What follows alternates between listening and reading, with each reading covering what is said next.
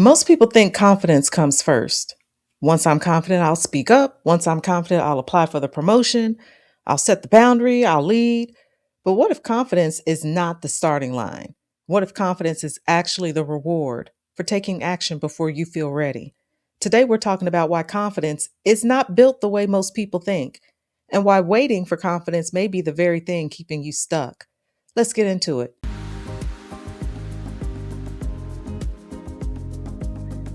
Welcome to Crossroads and Catalysts. I'm your host, Shanita B. This is where we explore how a thoughtful, wise, and strategic perspective at life's crossroads can become the catalyst for meaningful change in your leadership and the direction of your life. So if you've ever been thinking, I'll do it when I feel more confident, then this episode is definitely for you. And before we get any further, I am really excited to share with you that I'm going to be hosting a live webinar that's going to focus on helping women build greater confidence and influence in their leadership and careers.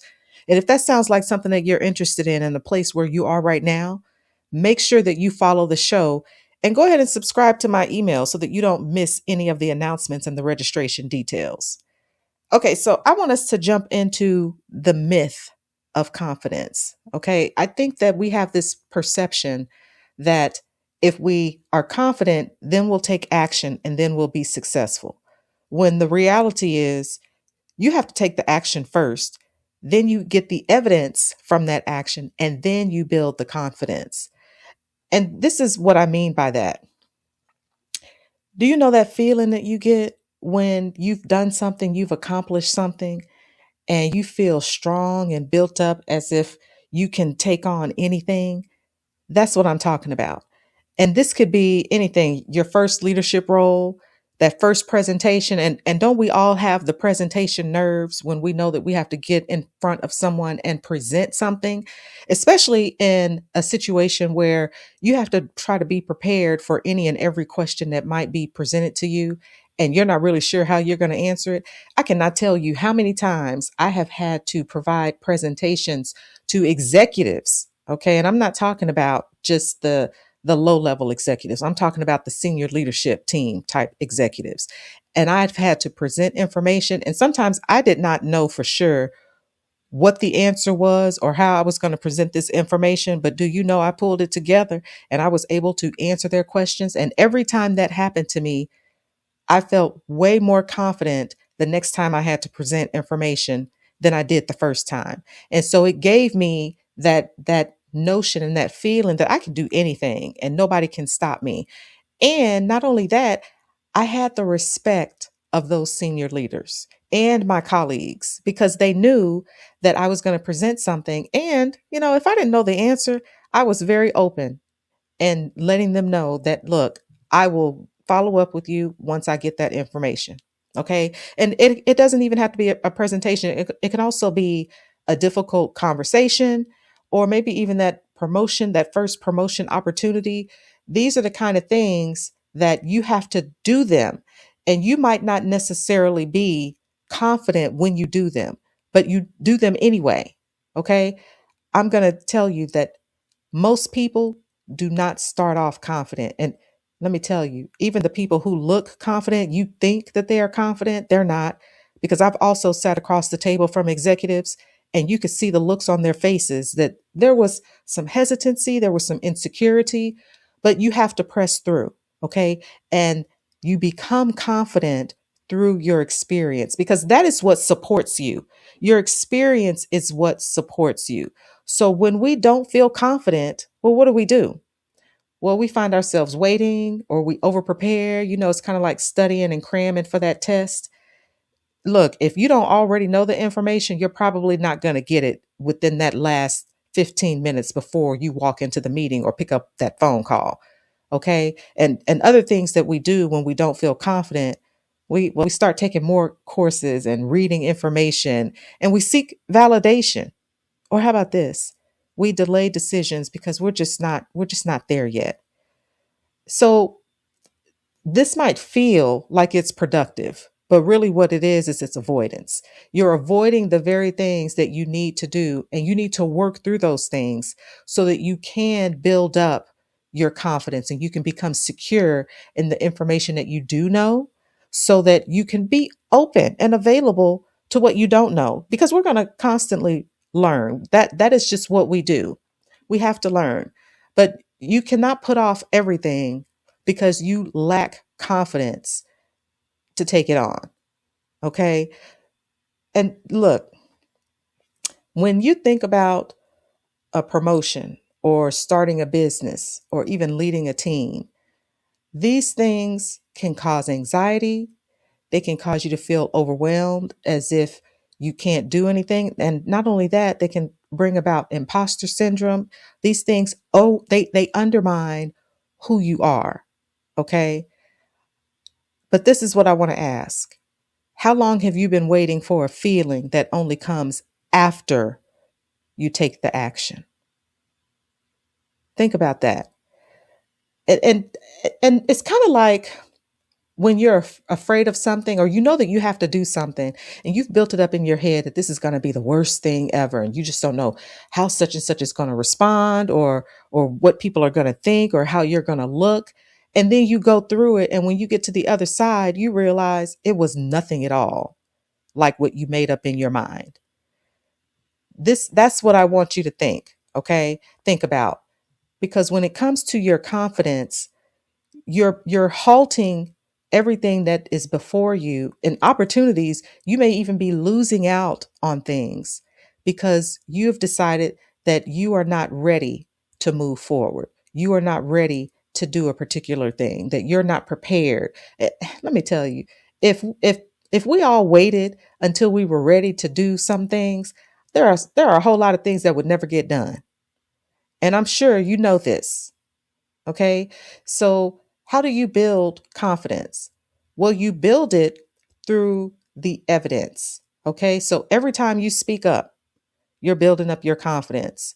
Every time you set a boundary and you tell someone, "Hey, this is what we're capable of doing. This is where we draw the line." Of course, and there are ways that we can convey this information without sounding harsh, but I think you understand my point. Every time you make a decision, or recover from a mistake, or even have a difficult conversation, well, then you are building the evidence. Okay. And what you're doing is you're telling yourself that you can do hard things. And I actually want you to say this: say, I can do hard things, because you have to get into the habit of talking positively, speaking positively to yourself, because you're not going to hear it every day. You're not going to get the attaboys and the attagirls and get the pat on the back every time you do something. Uh, you have to be your own advocate. And I want to make sure that you understand, confidence is not a certainty.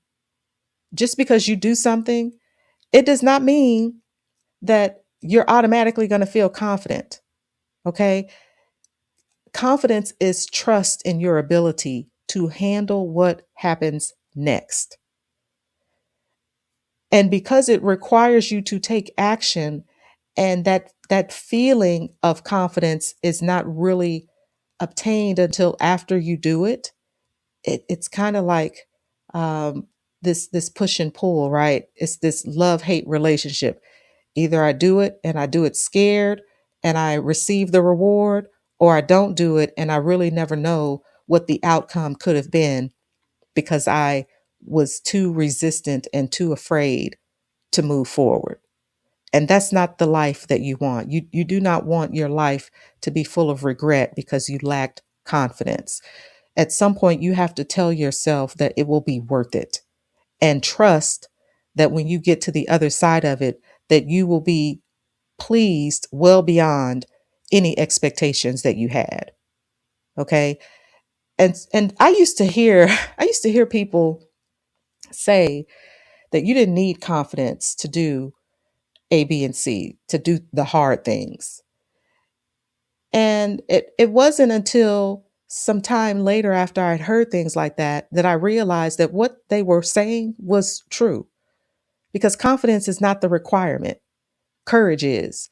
When you do things that are scary to you, that maybe go against your personality or move you out of your comfort zone, courage is telling you, I don't know that I'm ready for this, but I'm willing to try. I'm willing to go for it. I'm willing to stand up in this particular situation and take action or say something that is completely contrary to what I really would prefer to do.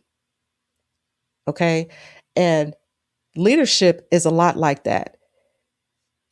Yes, you do have to have confidence to be a leader, but every leader does not start off confident. Every one of us has to start somewhere.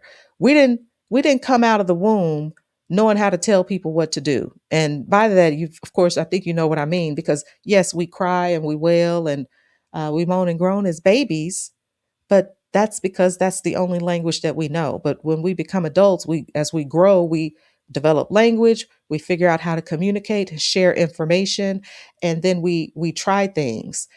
And sometimes I think we need to approach confidence with the innocence of a child. Look at when a baby learns to walk.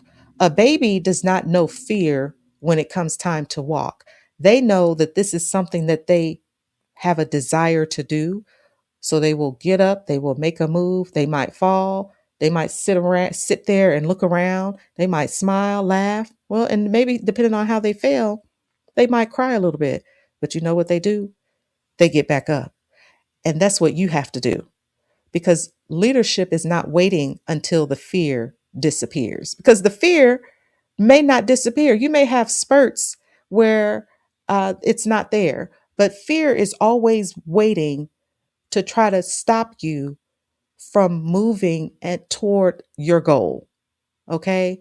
It is really leadership is really moving forward despite being uncertain. Okay. So I want to ask you a question. What is one thing that you've been postponing until you feel more confident? I want you to really contemplate that. So I'm going to repeat it. What is one thing that you have been postponing until you feel more confident? Is it a conversation? Is it a decision?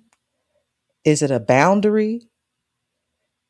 Whatever it is, I want you to take one small action within the next 48 hours. You cannot live vicariously through others for confidence. You have to build it yourself. This is something that cannot really be transplanted into your mind and into your heart. You have to face whatever it is and you have to go through it.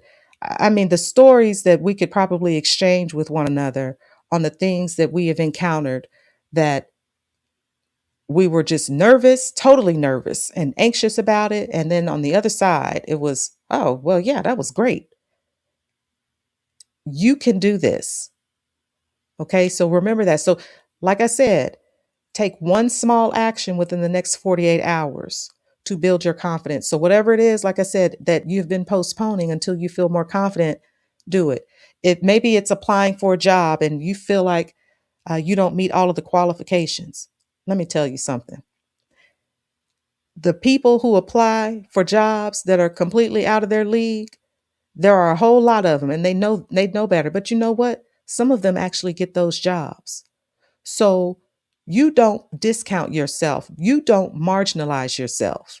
You build yourself up and you apply for that job, or you have that conversation, or you make that small decision. And if it's requiring that you provide some feedback to someone, do it.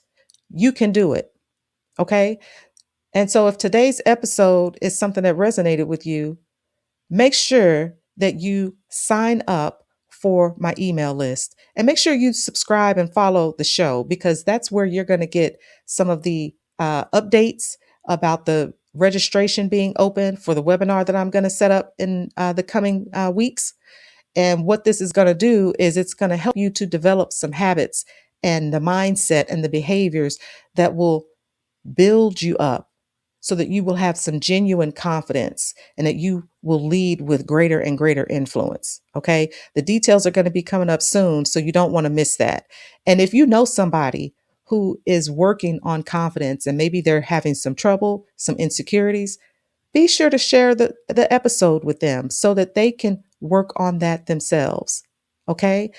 Again, confidence is not the prerequisite for action. Okay. It is the result of taking the action. So until next time, be thoughtful, be wise, be strategic. And remember, crossroads reveal who you are, catalysts shape who you become. Every decision matters, so make it count. I'll talk to you next week.